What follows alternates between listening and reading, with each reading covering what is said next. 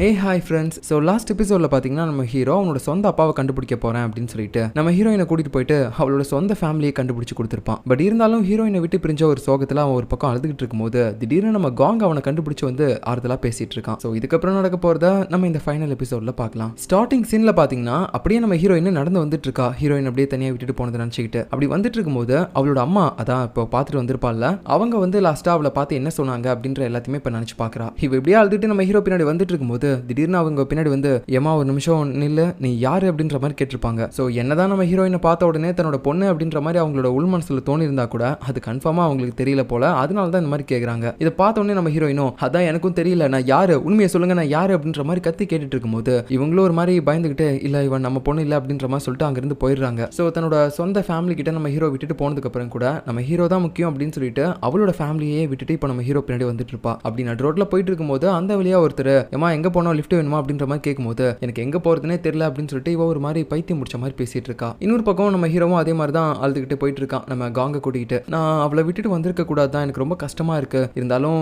நான் போனதுக்கு அப்புறம் அவ என்ன நினைச்சு வருத்தப்படக்கூடாது இல்ல, அதனால நான் அவளோட ஃபேமிலி கிட்ட விட்டுட்டு வந்தது நல்லதுதான் அப்படின்ற மாதிரி ஒரு மாதிரி நம்ம ஹீரோயினை விட்டுட்டு வந்தது நினைச்சு வருத்தமாவும் இருக்கான், அதே சமயம் ஹாப்பியாவும் இருக்கான். இன்னொரு பக்கம் நம்ம ஹீரோயின் பாத்தீங்கன்னா அந்த கார்ல எல்லாம் கூட ஏறாம அப்படியே ஒரு மாதிரி நம்ம ஹீரோவை திட்டிக்கிட்டு கோவத்தோட நடந்து வந்துட்டு இருப்பா ரோட்ல. அந்த பரதேசி மட்டும் என் கண்ணில் பட்டான், நானே அவனை கொன்றுவேன் அவன் சாகிறதுக்கு முன்னாடி அப்படின்ற மாதிரிலாம் பேசிட்டு வரும்போது அவளுக்கு நம்ம யோகி கால் பண்றான்.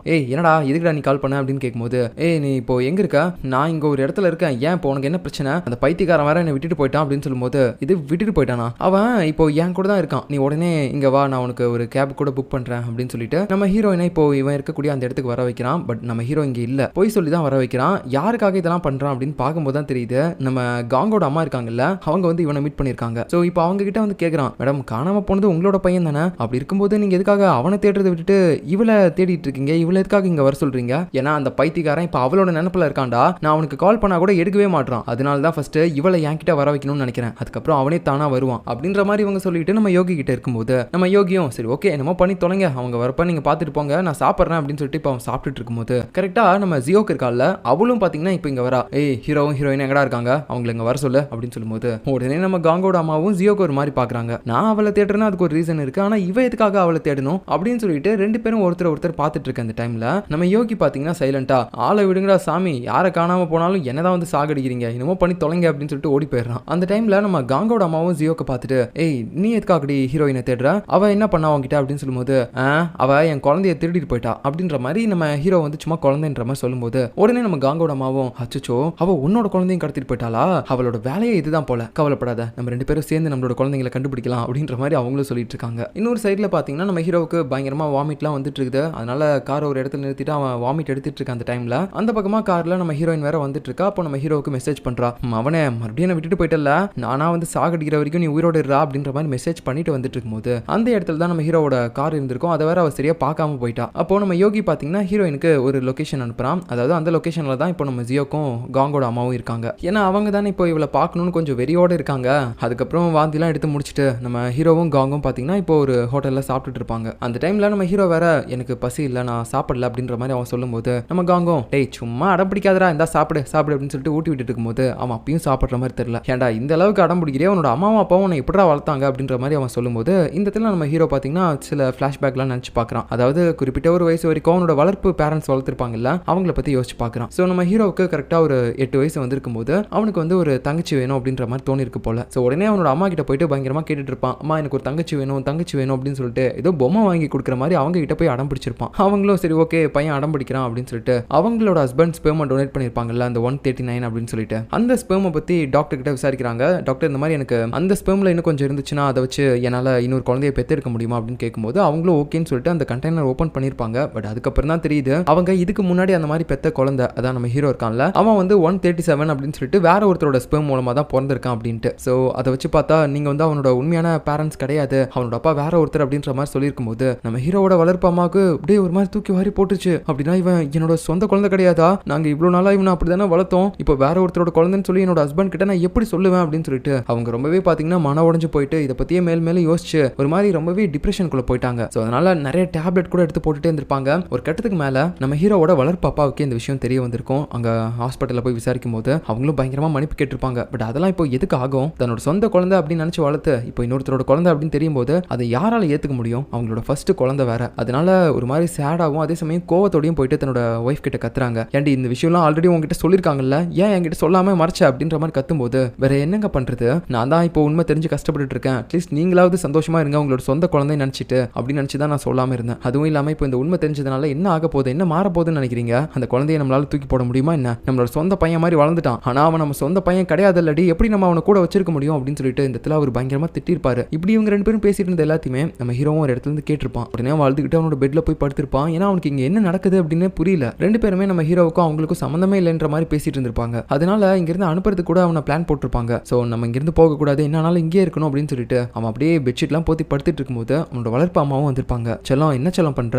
வெளியே போலாமா வரியா அப்படின்ற மாதிரி அவங்க சும்மா கூப்பிடும்போது இவன் அப்படியே போக மாட்டேன்னு சொல்லி அடம் பிடிச்சிருப்பான். இல்ல நான் இங்கே இருக்கேன், நான் இங்கேயும் வரல அப்படின்னு சொல்லிட்டு. ஏன்னா வெளியே போனா இவன் அநாதாசிரமத்தில் விட்டுருவாங்கன்னு சொல்லி அவனுக்கு ஒரு பயம். பட் அன்னைக்கு நம்ம ஹீரோவுக்கு தெரியல அவனோட வளர்ப்பு அம்மாவை அவன் அன்னைக்கு தான் கடைசியா பார்க்க போறான் அப்படின்ட்டு. ஏன்னா அடுத்த நாள் காலையில வந்து உங்களோட ஒய்ஃப் இறந்து போயிட்டாங்க கார்ல போயிட்டு இருக்கும்போது மலையிலிருந்து கீழே விழுந்து அப்படின்னு சொல்லிட்டு. ஸோ அதை கேட்டதுல இருந்து நம்ம ஹீரோவோட வளர்ப்பு அப்பாவுக்கு பாத்தீங்கன்னா அப்படியே ஒரு மாதிரி மனசே இல்ல, அப்படியே உடஞ்சு போயிட்டாரு மனுஷன். நம்மளோட ஒய்ஃபும் விட்டுட்டு போயிட்டா, இவனும் நம்மளோட சொந்த குழந்தை இல்ல அப்படின்னு சொல்லிட்டு அவருக்கு ஒரு மாதிரி மனசு போட்டு வருத்திக்கிட்டே இருந்திருக்கும். சரி ஓகே, நம்ம இதுக்கு மேல இவனை கண்டுக்க வேணாம், இவன் அவனோட போக்குல வளரட்டும், நான் வந்து அவனுக்கு சொந்த அப்பாவா இருக்க விரும்பல அப்படின்னு சொல்லிட்டு அவன் மேல எந்தவித பாசமும் காட்டாம வேற ஒருத்தங்களை கல்யாணமும் பண்ணிக்காம கிட்டத்தட்ட ஒரு நடப்போனமா வாழ்ந்திருப்பாரு அவரு. நம்ம ஹீரோவும் அவரோட அட்டென்ஷன் கிடைக்கணும் அப்படின்னு சொல்லிட்டு எதோ பண்ணி பாக்குறான். அப்பா நான் அந்த மாதிரி இது வாங்கிட்டு வந்திருக்கேன், அது வாங்கிட்டு வந்திருக்கேன் அப்படின்னு சொல்லிட்டு எதோ அவர்கிட்ட பேச ட்ரை பண்றான். ஆனா அவர் சுத்தமா கண்டுக்கல. இப்படியே போயிட்டு இருக்க ஒரு கட்டத்துல பாத்தீங்கன்னா அவன் ஹை ஸ்கூலே முடிக்கிற மாதிரி ஸ்டேஜ் வந்துருது. அப்ப அவனோட அப்பா கிட்ட சொல்றான், அப்பா இந்த மாதிரி எனக்கு கிராஜுவேஷன் டே இருக்கு, இன்னைக்கும் நீங்க வரலன்னு வச்சுக்கோங்களேன், கண்டிப்பா நான் ரொம்பவே டென்ஷன் ஆயிருவோம்ப்பா, நீங்க மட்டும் அங்க வரலன்னு வச்சுக்கோங்களேன், நான் இதுக்கு மேல வீட்டுக்கு வர மாட்டேன் அப்படின்னு சொல்லிட்டு அவன் இந்த இடத்துல ரொம்பவே கோவத்தோட பேசியிருப்பான். பட் அதை கூட அவர் பெருசா எடுத்துக்காம அப்படியே அங்கிருந்து போயிருப்பாரு.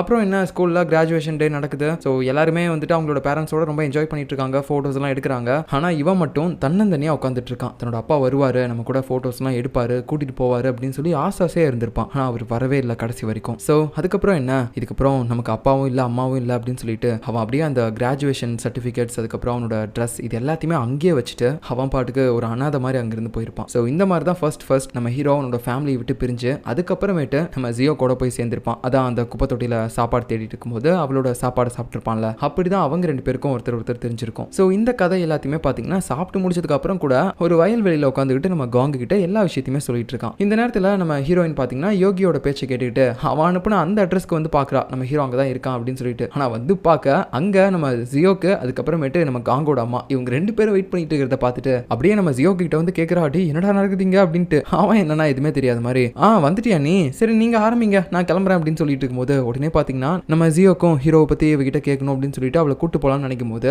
நம்ம காங்கோட அம்மா அப்படியே கையை தட்டி விட்டு, ஏய் நான் தான் ஃபர்ஸ்ட் உங்ககிட்ட பேசணும் வா அப்படின்னு சொல்லிட்டு நம்ம ஹீரோயின் தனியாக கூட்டு போயிட்டு அவகிட்ட பேசிட்டு இருக்காங்க. ஏய் உண்மையை சொல்லு, என் பையன் வீட்டை விட்டு காணாம போய் இன்னையோட 4-5 நாள் ஆகுது, இப்போ வரைக்கும் நான் அவனை பார்க்கவே இல்லை, அவன் எங்க இருக்கான் சொல்லு அப்படின்னு கேட்கும்போது, எது அவன் வீட்டை விட்டு ஓடி போயிட்டானா அப்படின்ற மாதிரி ஷாக்கிங்கோட கேட்கும்போது, என்னடி எதுவுமே தெரியாத மாதிரி கேட்குற, அப்படின்னா அவன் ஓடி போனதுலேருந்து நீ அவனை பார்க்கவே இல்லையா, அட நீங்க சொல்லி தான் அவன் வீட்டை விட்டு ஓடி போனானே எனக்கு இப்பதான் தெரிய வருது அப்படின்னு சொல்லும்போது உடனே பார்த்தீங்கன்னா காங்கோட அம்மாவுக்கு மயக்கம் வர மாதிரி இருக்குது. ஐயோ இவளுக்கே அவன் எங்க இருக்கான்னு தெரியலையே, நான் இதுக்கு மேல எங்க போய் அவனை கண்டுபிடிப்பேன் அப்படின்னு சொல்லிட்டு ஒரு மாதிரி ஷாக்கிங்கோட பார்த்துட்டு இருக்காங்க. இந்த நேரத்தில் நம்ம காங்கியும் ஹீரோவையும் காட்டுறாங்க. ரெண்டு பேரும் அப்படியே ஜீப்ல வந்துட்டு இருக்கும்போது நம்ம காங்கும் சொல்லிட்டு இருக்கான், ஆக்சுவலா நான் உனக்கு தான்டா தேங்க்ஸ் சொல்லணும், ஏன்னா நான் வீட்டை விட்டு ஓடி வந்துட்டேன் தெரியுமா அப்படின்னு சொல்லும்போது உடனே ஹீரோவும் சிரிக்க ஆரம்பிக்கிறான். யோ சின்ன பசங்க ஓடி வந்தாதான் ஏன் வீட்டை விட்டு ஓடி வந்துட்டாங்க அப்படின்னு சொல்லணும், நீ பெரியவன் நீ வீட்டை விட்டு வெளியே வந்துட்டேன்னு சொல்லணும். ஏதோ ஒன்று நான் சின்ன வயசுல இருந்து இது வரைக்கும் அந்த மாதிரி பண்ணதில்லை, இப்பதான் ஃபர்ஸ்ட் டைம், ஸோ அதனால தான் நான் வீட்டை விட்டு ஓடி வந்துட்டேன் அப்படின்னு சொல்றேன். என்னால் முடிஞ்ச அளவுக்கு நான் அவளை மறக்கிறதுக்காக ஏதோ பண்ணி பார்த்தேன், என்ன டிஸ்ட்ராக்ஷன் பண்றதுக்கு நான் வேற ஏதாவது ஒன்று பண்ணணும் அப்படின்னு சொல்லிட்டு. பட் நான் எது பண்ணாலும் எனக்கு அது ஒரு ஹாப்பினஸே கொடுக்கல. என்னோட வாழ்க்கையில ஃபர்ஸ்ட் டைம் தூக்கம் இல்லாமல் இருந்தது,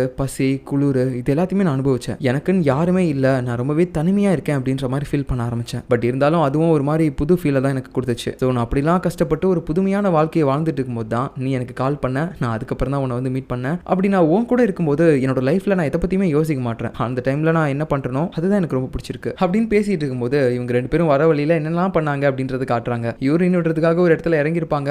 அப்போ நம்ம ஹீரோ பார்த்தீங்கன்னா காங்க விட்டுட்டு அப்படியே வண்டி எடுத்துட்டு கிளம்பியிருப்பான். அவனும் ஜிப்பா கூட போடாம அப்படியே வண்டியை ஃபாலோ பண்ணிட்டு வந்திருப்பான். ஸோ இப்படிலாம் ஒரு மாதிரி ஃபன்னா நல்லா ஜாலியா நம்ம ஹீரோ கூட இருக்கும்போது காங் இருக்கான். ஆனா எனக்கு சத்தியமா இது ஒரு விஷயம் மட்டும் புரியலடா, உனக்கு எவ்வளவுதான் பிரச்சனை இருந்தாலும் அது எதையுமே மைண்டுக்குள்ள போட்டுக்காம ரொம்பவே ஹாப்பியா இருக்க பாத்தியா, கண்டிப்பா யாராலையும் அந்த மாதிரிலாம் இருக்க முடியாது. இதுல என்ன இருக்குது, நமக்கு எந்தவித ஒரு டெஸ்டினேஷனும் வச்சுக்காம எந்தவித எய்மும் இல்லாம நம்மளோட வாழ்க்கை விரும்பின மாதிரி நம்ம வாழ்ந்தோம்னா கண்டிப்பா நமக்கு ஹாப்பியா தான் இருக்கும். வேணும்னா என்னோட இந்த கொள்கையவே நீ ஃபாலோ பண்ணி பாரு, உனக்கு என்ன பிடிக்கும் அப்படின்றத நீ கண்டுபிடிக்கணும்னு கூட நினைக்காத, ஜஸ்ட் உன்னோட வாழ்க்கையை மட்டும் நீ வாழு, அந்த டைம்ல உனக்கு என்ன பிடிக்கும் அப்படின்றது உன்னோட மனசுக்கு தெரியும். ஸோ அந்த டைம்ல அது எல்லாத்தையும் எல்லாத்தையுமே நீ விரும்பியபடி பண்ணு. அப்படி பண்ணும்போது கண்டிப்பா உன்னோட வாழ்க்கை உனக்கு விரும்பின மாதிரி இருக்கும், உனக்கு எந்தவித கஷ்டமும் வராது அப்படின்ற மாதிரி நம்ம ஹீரோ தத்துவம்லாம் பேசும்போது இவனும் சரி ஓகே நான் ட்ரை பண்றேன் அப்படின்ற மாதிரி சொல்லிட்டு வரான். இப்படி இவனுங்க ரெண்டு பேரும் ஒரு பக்கம் பிக்னிக் போயிட்டு வர மாதிரி ஜாலியா வந்துட்டு இருக்கும்போது இன்னொரு பக்கம் நம்ம ஹீரோயினை வச்சு நம்ம காங்கோட அம்மா சரமாரியா கேள்வி கேட்டுட்டு இருக்காங்க. உன்னால தாண்டி இன்னைக்கு என் பையன் இப்படி காணாம போயிருக்கான், அவன் இப்படி மாறினதுக்கு காரணமே நீ தான் அப்படின்ற மாதிரிலாம் கேட்கும்போது என்னை மன்னிச்சிருங்கம்மா, நான் தான் அவரோட மனசுல இந்த அளவுக்கு ஒரு பெரிய தாக்கத்தை ஏற்படுத்தியிருக்கேன், இது எல்லாத்துக்குமே காரணம் நான் தான், தயவு செஞ்சு என்னை மன்னிச்சிருங்க அப்படின்னு சொல்லிட்டு இருக்கும்போது டக்குன்னு பாத்தீங்கன்னா நம்ம ஜியோக்கும் கேட்குறா, அதெல்லாம் சரி இப்போ நீ அவனும் எங்கடி போயிட்டு வந்தீங்க, அவன் எங்க அவனை கூட்டு போய் விட்டுட்டு வந்தான் அப்படின்னு சொல்லும்போது அதுவா என்னோட சொந்த அம்மாவை பார்க்கணும் அப்படின்னு எனக்கு ஒரு ஆசை இருந்துச்சு, ஸோ அவங்கள கண்டுபிடிச்சி தான் அவங்களோட இடத்துல என்னை விட்டுட்டு போயிட்டான். சரி இத்தனை வருஷம் கழிச்சு நீ உன்னோட அம்மாவை பார்த்துருக்க, அவங்க கூட இருக்க வேண்டியதானே, எதுக்கு அவங்கள விட்டு வந்தா? ஏன்னா எனக்கு ஹீரோ மேலே இருக்க அளவுக்கு அவங்க மேலே அந்த அளவுக்கு ஒரு பாசமே இல்லை. ஏன்னா சின்ன வயசுல நான் இருக்கும்போதே நான் அனாத ஆசிரமத்தில் விட்டுட்டு போயிட்டாங்க, அதுக்கு மேலே வந்து என்னை பார்க்க கூட கிடையாது. அப்படி இருக்கும்போது இப்போ மட்டும் நான் அவங்கள எந்த நம்பிக்கையில போய் அம்மான்னு சொல்லி ஏற்றுக்க முடியும்? சரி இத்தனை நாள் இல்லாமல் உன்னோட அம்மாவை எதுக்காம இன்னைக்கு உனக்கு கண்டுபிடிச்சு கொடுத்துருக்கான்? அதுவா நானும் அவனும் லவ் பண்ணிட்டு இருந்த அந்த டைம்ல என்னோட பர்த்டே எப்போ அப்படின்னு எனக்கு தெரியாது, அதனால நான் ஒரு மாசத்துல ரேண்டமா ஒரு டேட் சூஸ் பண்ணி அதுல வந்து நான் என்னோட பர்த்டேவை கொண்டாடிட்டு இருப்பேன் மாசம் மாசம். அந்த டைம்ல அவன் அதை பார்த்துட்டு ஒரு நாள் நான் உன்னோட உண்மையான பர்த்டேவை கண்டுபிடிச்சு அந்த நாள் அப்போ நான் உனக்கு பயங்கரமான ஒரு கிஃப்ட்டை கொடுக்குறேன் அப்படின்னு சொல்லியிருந்தான். ஸோ அதனால தான் இன்னைக்கு என்னோட பர்த்டே அப்போ அவன் என்னோட அம்மாவை எனக்கு கண்டுபிடிச்சு கொடுத்துருக்கான். என்ன சொல்ற, இன்னைக்கு அவனோட பர்த்டே? ஆமா, என்னோட அம்மா ஃபர்ஸ்ட் என்ன அனாத ஆசிரமத்தில் விட்டுட்டு போன நாள், அதான் என்னோட பர்த்டே அப்படின்னு சொல்லும்போது உடனே பாத்தீங்கன்னா காங்கோட அம்மாவுக்கு செம்மையா கோவம் வந்துடுது. என்னடி சொல்ற, உன்னை பெத்த அன்னைக்கு அவ விட்டுட்டு போயிருக்காளா அந்த அனாத ஆசிரமத்தில், அவ மனுஷியா இல்ல ராட்சசியா, அவளை சும்மா விடக்கூடாது. ஏய் ஜான், இவ அம்மா அட்ரஸ் நோட் பண்ணு, அவளை போய் உண்டியிலே நான் பண்றேன் அப்படின்னு சொல்லும்போது உடனே பாத்தீங்கன்னா உடனே நம்ம ஜியோக்கும் இல்ல நான் போய் அவங்களை பாத்துக்கிறேன், ஏய் நீ அட்ரஸ் சொல்லு அப்படின்னு சொல்லிட்டு அவங்களும் கேட்கறாங்க. அப்போ உடனே நம்ம யோகியும் இல்ல உங்க ரெண்டு பேராலையும் ஒன்றும் பண்ண முடியாது, நான் சில ஆட்களை வச்சு பாத்துக்கிறேன், அவங்களை மிரட்டிடுறேன் அப்படின்னு சொல்லிட்டு இவனும் பாத்தீங்கன்னா நம்ம ஹீரோயின் வந்து அட்ரஸ் கேட்டுட்டு இருக்கான். ஸோ இப்படி எல்லாருமே இந்த இடத்துல நம்ம ஹீரோயினுக்காக சப்போர்ட் பண்ணி ஒரு மாதிரி பேசும்போது அவளுக்குன்னா ஆனந்த கண்ணீரே வருது. நீங்க எனக்காக இப்படிலாம் பேசுறத பார்த்தா நான் ரொம்ப லக்கியோன்னு தோணுது, என்னோட அம்மா கூட எனக்காக இந்த அளவுக்குலாம் பண்ணிருக்க மாட்டாங்க, பட் எனக்காக இப்போ நீங்களாம் இப்படி இருக்கிறத பார்க்கும்போது எனக்கு ரொம்ப சந்தோஷமா இருக்கு அப்படின்னு சொல்லிட்டு அவ ஒரு மாதிரி அழுதுகிட்டே இருக்கும்போது டக்குன்னு பாத்தீங்கன்னா நம்ம காங்கோட அம்மா சரி ஓகே நீங்க உன்னோட பர்த்டேன்னு சொன்னல, இந்த கிரெடிட் கார்டு எடுத்துக்கோ, எவ்வளவு வேணா ஸ்வைப் பண்ணி எடுத்துக்கோ அப்படின்னு சொல்லிட்டு அவங்க பாட்டுக்கு கார்டெல்லாம் கொடுக்குறாங்க. அவளுக்குன்னா வார்த்தையே வரல, என்ன சொல்றதுன்னு தெரியல. கரெக்டா அந்த டைம்ல பாத்தீங்கன்னா நாங்க வந்துட்டோண்டி இங்க தானே இருக்க அப்படின்னு சொல்லிட்டு நம்ம ஹீரோவும் காங்கும் உள்ள வரும்போது அந்த இடத்துல நம்ம ஜியோக்கும் காங்கோட அம்மாவும் இருக்கிறத பார்த்துட்டு ரெண்டு பேரும் ஷாக் ஆயிட்டாங்க. ஐயோ இவங்க இங்க இருக்காங்க அப்படின்ட்டு. அதுக்கப்புறம் என்ன நம்ம காங்க பாத்தீங்கன்னா அவனோட அம்மாவும் அந்த ஜானும் பிடிச்சிட்டாங்க. அதுக்கப்புறம் நம்ம ஹீரோவை ஜியோக்கும் ஹீரோயினும் பிடிச்சிட்டாங்க. ஸோ ரெண்டு பேரும் வசமா மாட்டிக்கிட்டதுனால இவங்களை விட்டு மறுபடியும் அவங்களால தப்பிச்சு போக முடியாது. இப்போ ஒரு பக்கம் நம்ம ஹீரோவை கூட்டிட்டு போயிட்டு ஜியோக் பயங்கரமா திட்டிட்டு இருக்கா. டே உன்னோட நிலைமை உனக்கு புரியுதா இல்லையாடா, நீ சாக பொழைக்க கிடக்குற, இன்னும் எவ்வளவு நாள் உயிரோட இருப்ப அப்படின்றதே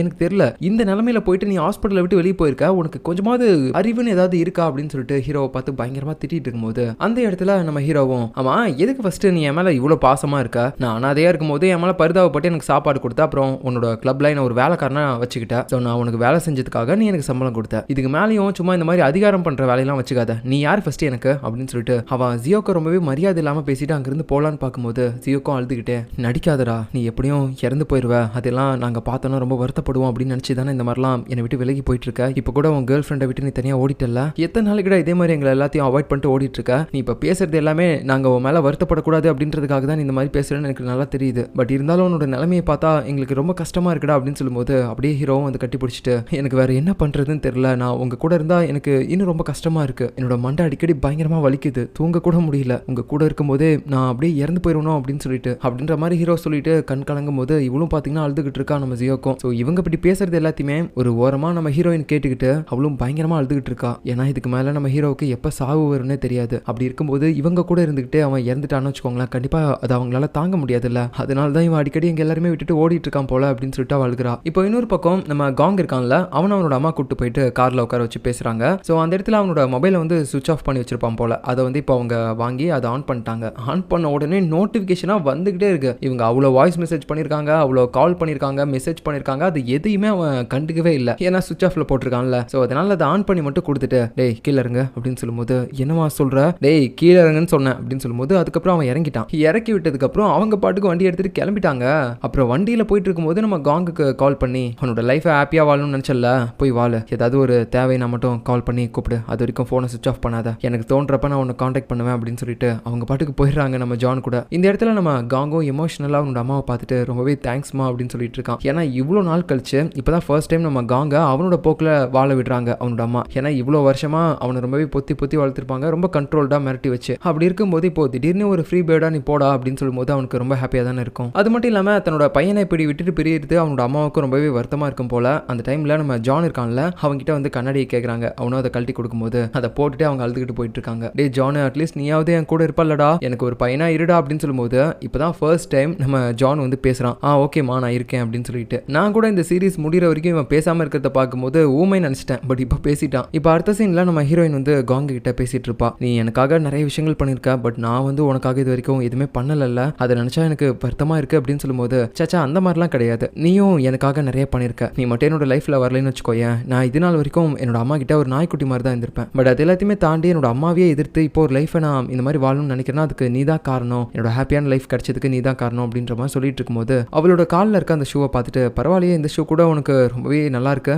ஆமா நான் உனக்கு கொடுத்த அந்த ரெட் கலர் ஷூ எங்க அப்படின்னு கேட்டுட்டு இருக்கும்போது கரெக்டா நம்ம ஹீரோ அங்க வந்து, ஓ அதுவா, நான் அதை ஒரு ஹோட்டலோட கூரையில தூக்கி போட்டேன் அப்படின்ற மாதிரி சொல்றான். கொஞ்சம் கூட மனசாட்சியே இல்லாம. அதுக்கப்புறம் நம்ம ஹீரோயின் அவனை தனியாக எடுத்துட்டு போயிட்டு ஒரு மாதிரி கொஞ்சம் மாதிரி பண்றா. எப்படியோ என்னோட ஒரிஜினல் பர்த்டே டேட்டை கண்டுபிடிச்சிட்டா, அதுக்காக எனக்கு ஒரு பிரசன்ட் கூட கொடுத்துட்டேன் அப்படின்னு சொல்லிட்டு டக்குன்னு அவனோட மண்டையில அடிக்கிறா. ஏய் பைத்தியம், உனக்கு அறிவு இருக்கா இல்லையா, என்னோட மண்டையில தான் கட்டி இருக்குது, நீ அடிக்கிற அடியெல்லாம் பார்த்தா அது வெடிச்சு போயிடும் போல, அப்புறம் நான் இப்பவே செத்துருவேன் அப்படின்னு சொல்லும்போது, செத்தாலும் அதுக்கு தகுதியான ஆள் தாண்டா நீ, என்னோட அம்மாவை கண்டுபிடிக்க தெரிஞ்ச உனக்கு அதை காட்டுறதுக்கு என்ன இப்படிதான் பாதிலே அத்து விட்டுட்டு போவியா, சரி சரி விடு, நான் அந்த மாதிரி பண்ணிருக்க கூடாதான், பட் இருந்தாலும் நீ மட்டும் ஒரு டைம் பண்ணியா, அது நியாயமா, நான் என்னடா பண்ணேன், அதுவா, அது நம்ம அந்த தீவுல இருக்கும்போது அந்த கேங்ஸ்டர் வந்து கத்தி வச்சு உன்னோட இடுப்புல குத்திட்டான்ல, அப்ப அந்த சாக போற டைம்ல நீ கெட்ட வார்த்தை தானே பேசின, இதெல்லாம் நியாயமா அப்படின்னு சொல்லும்போது, அட பைத்தியக்காரா, நான் அந்த நேரத்துல கெட்ட வார்த்தை பேசலடா, என்னோட ஷூ எங்க அப்படின்னு சொல்லி நான் கேட்டுட்டு இருந்தேன், ஏன்னா என்கிட்ட ஒரு ஷூ தான் இருந்துச்சு, நீ வாங்கி கொடுத்தது, இன்னொரு ஷூவை கண்டுபிடிச்சு கொடு அப்படின்ற மாதிரி கேட்டுதான் நான் உங்ககிட்ட அப்படி சொன்னேன், அது தெரியாம நீ லூஸ் மாதிரி இப்படிதான் நினைச்சிட்டு இருந்தியா அவ்வளவு நாளா, நான் அந்த டைம்ல உங்ககிட்ட கெட்ட வார்த்தை பேசினேன்னு, சரி வீடு, நான் இதுக்கு மேல உன்னை விட்டு போக மாட்டேன், நம்ம ரெண்டு பேரும் லைஃப் என்ஜாய் பண்ணலாம் அப்படின்னு சொல்லிட்டு நம்ம ஹீரோ பாத்தீங்கன்னா அப்படியே ஹீரோயினை தூக்கிட்டான். அதுக்கப்புறமேட்டு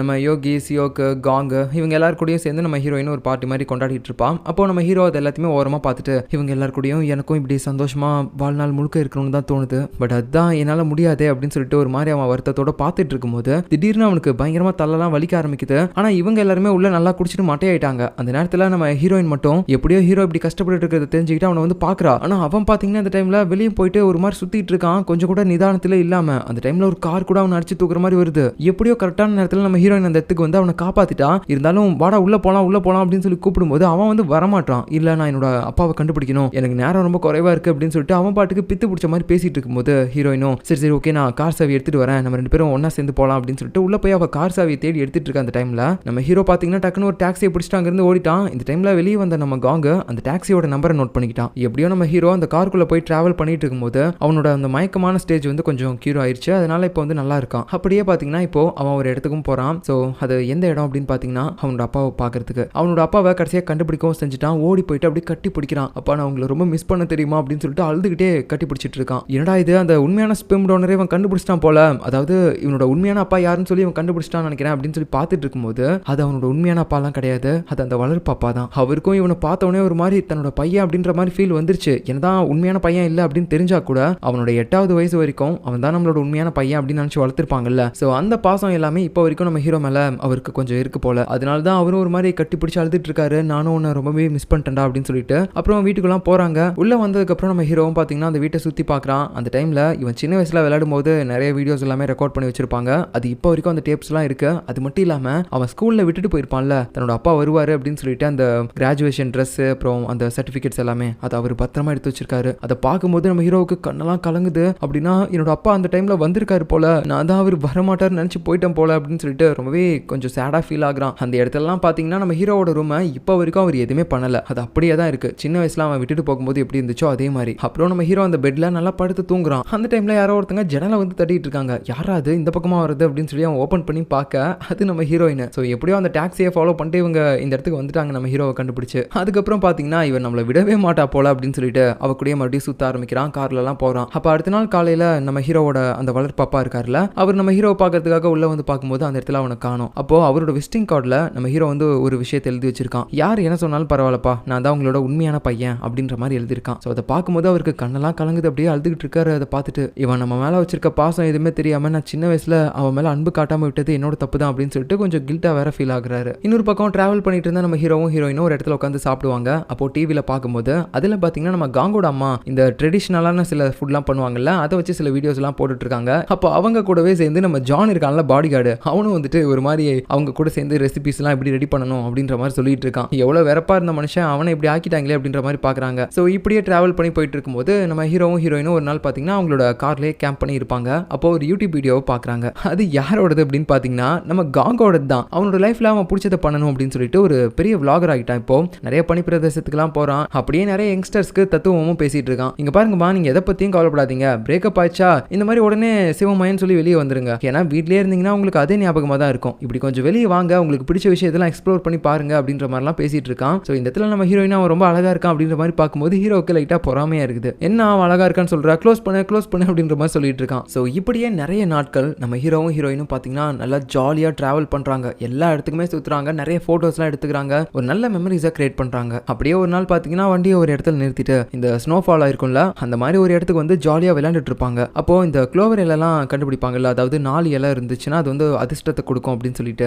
அந்த இலையை வந்து தேடி கண்டுபிடிக்கிறாங்க. ஸோ அப்படியே அதை தேடிட்டு இருக்கும்போது நம்ம ஹீரோ ஒரு இடத்துல கண்டுபிடிக்கிறான். நான் கண்டுபிடிச்சிட்டேன் அப்படின்னு சொல்லிட்டு அவன் திரும்பி பார்க்க அப்படியே அவனோட மண்டை பயங்கரமா வலிக்குது. அவன் கீழே விழறான். அவனால எதுவுமே சரியா பார்க்க முடியல. ஸோ அப்படியே கீழே விழுந்து ஒரு மாதிரி இழுத்துக்கிட்டு இருக்கா. அந்த டைம்ல நம்ம ஹீரோயின் சைட்ல ஓடி வந்துட்டு இருக்கா. டேய், நான் என்ன ஆனாலும் உன்னை விட மாட்டேன், நீ அதுக்குள்ள என்ன விட்டு போக கூடாது அப்படின்ற மாதிரி கத்திட்டு வந்துட்டு இருக்க டைம்ல நம்ம ஹீரோவும் அவளை பார்த்துட்டு எனக்கும் வாழணும்னு ஆசை தான் இருக்கு, ஆனா என்னால முடியாதே அப்படின்ற மாதிரி சொல்லும்போது பக்கத்துல வந்து நம்ம ஹீரோயின் அவனை பிடிச்சிட்டு இல்லடா உனக்கு ஒன்றும் ஆகாது, தைரியமா இரு அப்படின்னு சொல்லிட்டே இருக்கும்போது ஹீரோ ஒரு மாதிரி கண்ணீரோடையும் வலியோடையும் அப்படியே நம்ம ஹீரோயினை பார்த்துட்டு நான் சாகும்போது ரொம்பவே அழகான ஒரு வியூவை பார்த்துட்டு சாகணும்னு நினைச்சேன், அது இப்போ நிறைவேற போகுது, எவ்வளவு அழகா இருக்க தெரியுமா, என்னோட லைஃப் முடிய போற நேரத்துல உன்னை இப்படி அழகா பாக்குறது எனக்கு ரொம்ப பிடிச்சிருக்கு அப்படின்னு சொல்லிட்டு அவன் கண் மூடுறான். அதாவது அவன் இறந்துட்டானா இல்ல உயிரோட தான் இருக்கானா அப்படின்றது நமக்கு தெரியல. பட் அந்த இடத்துல அவன் இறந்த மாதிரி தான் நமக்கு காட்டுறாங்க. ஸோ என்னதான் நம்ம ஹீரோ இறந்து போயிருந்தா கூட அவனோட வாழ்க்கையில இருக்கும்போது வரைக்கும் ரொம்பவே சந்தோஷமான ஒரு வாழ்க்கையை தான் வாழ்ந்திருப்பான் நம்ம ஹீரோயின் கூட. ஸோ அப்படி ஒரு அழகான வாழ்க்கையை வாழ்ந்து அவன் இறந்து போன மாதிரி காட்டி இந்த ட்ராமாவையும் முடிக்கிறாங்க. கொஞ்சம் ஹார்ட் பிரேக்கிங்காக ரொம்பவே எமோஷனலாக தான் இருந்துச்சு. பட் இருந்தாலும் ரொம்பவே நல்லா ஃபீல் குட்டாக போச்சு. ஸோ மறுபடியும் நான் உங்களை இதே மாதிரி ஒரு நல்ல ட்ராமாவில் பார்க்குறேன். பாய்.